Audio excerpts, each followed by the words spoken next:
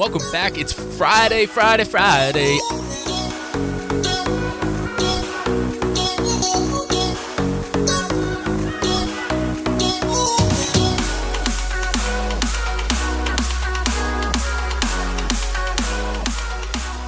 you like this episode, be sure to hit the subscribe button so you can get notified every time a new episode is released. My affinity for Friday is pretty much dismantled when I realized the farcical nature of celebrating the weekend.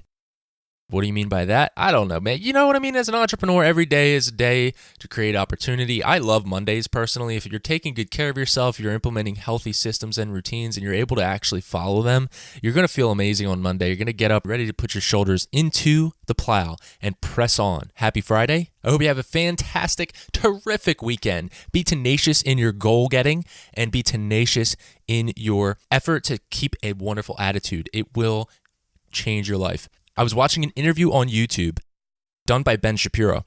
What was interesting was at the end of the interview, he reads off. Have you ever watched PBS as a kid or as, whenever, PBS, Channel 12, WHYY, something like that. Have you ever watched interviews on those channels?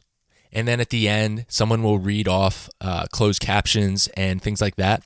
Well, Ben reads off like this show has been produced by so-and-so in copyright blah, blah, blah, 2019. And the producer, and this was the graphics creator, and this was the sound master, and, this, that, and the third. He reads all this off very professionally and mechanically. It hit me after I finished watching the interview and the way he closed it out with those kind of closed captions being read off and showing that this is a legit production, taking a lot of effort, energy, and money. And it's on YouTube for free. What hit me was, this is the new medium. This is the platform. This is TV now. And it has been for quite some time, but even for me, and this is why I'm sharing this episode, because I find it so interesting that even for a guy like me who's been watching YouTube since 2007, who's made hundreds of YouTube videos and now uploaded close to 100 uploads with the podcast, it is incredible to think that I still had in my mind, based on the way I was, the age that I am, that I was looking at YouTube more so as YouTube. It's a separate entity from, quote unquote, the way I look at TV as a 90s kid. And so I was born in the very beginning of the 90s, 91. So when I look at TV, I think of, you sit down at a scheduled time. And obviously I've been watching and I've been learning the trends, and I understand that everything is on our time now in terms of when they want to watch a TV show. Netflix, YouTube, can rent things anytime. What hit me though, for all my 90s kids, hear this is TV now. So if you're building into these platforms while they're still so readily available, free, accessible to virtually everyone, you are building on and into a machine that is the new preferred medium of exchange for consuming entertainment. Examples, interviews is a great example. There are probably millions of interviews on YouTube at this point, but even just exclusively on YouTube type of interviews, TV produced style, you can do now for a few $1,000s and some patience with editing by getting your own cameras, and so many people have done this and do a great job of it. And they're building on tomorrow's TV, which is already today's TV. And the way I'm saying it might sound weird to someone who's under 20 years old, but if you're a 90s kid, you get what I'm saying. When you watch TV, there's a different feeling from, I was going to jump on the YouTube app on my iPad or my iPhone and watch a YouTube video.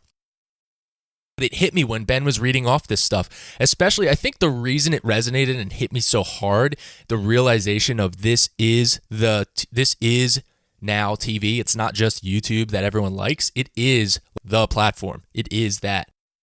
Is that Ben Shapiro is well aware of the times. He's well aware of the best method and approach to producing professional quality content. Whether you agree with him or not, he's an absolute brain. It was fascinating to see and to witness him putting on such a high quality production like this and closing it out. It was the exact same thing you would watch on TV 10, 15, 20 years ago or any amount of time ago. It's the exact same type of interview, but it's on YouTube. And the medium has changed, so that means that now you subscribe to the channel. That means that He can the flexibility with how he can integrate sponsorships, things like that, all changes. So my point is, anyone can access this stuff for free. The only thing you pay for on a podcast is your hosting platform. Outside of that, I can bump my episodes, which I do, to over almost 15 to 20 platforms, including YouTube, LinkedIn, Facebook, Twitter. The list goes on. You name it. Pretty much every platform.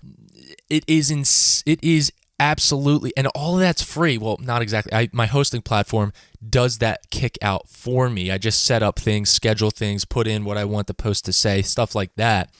But it is incredible to think this is a platform that anyone can build into for free right now and it's a land grab. That is the best way of putting it. There is a land grab going on, and there has been one going on for the past 10 years, especially the past 5 years, and now people are awake to it, so everyone is trying to kind of put themselves out there, start a podcast, start a YouTube channel. So I wouldn't say just because so many people are going at this land grab like it's the gold rush, you shouldn't.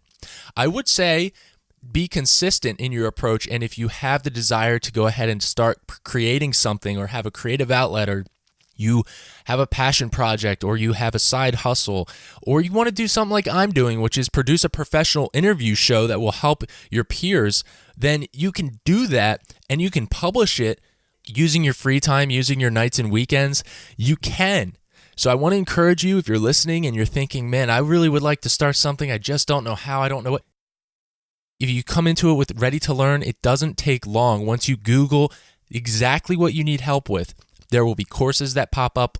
There will be some things you need to pay $10 for, but don't fall prey to the really expensive stuff, because most of the good quality content shouldn't cost you over that unless you're really getting specialized. So just run into it. Don't hold back.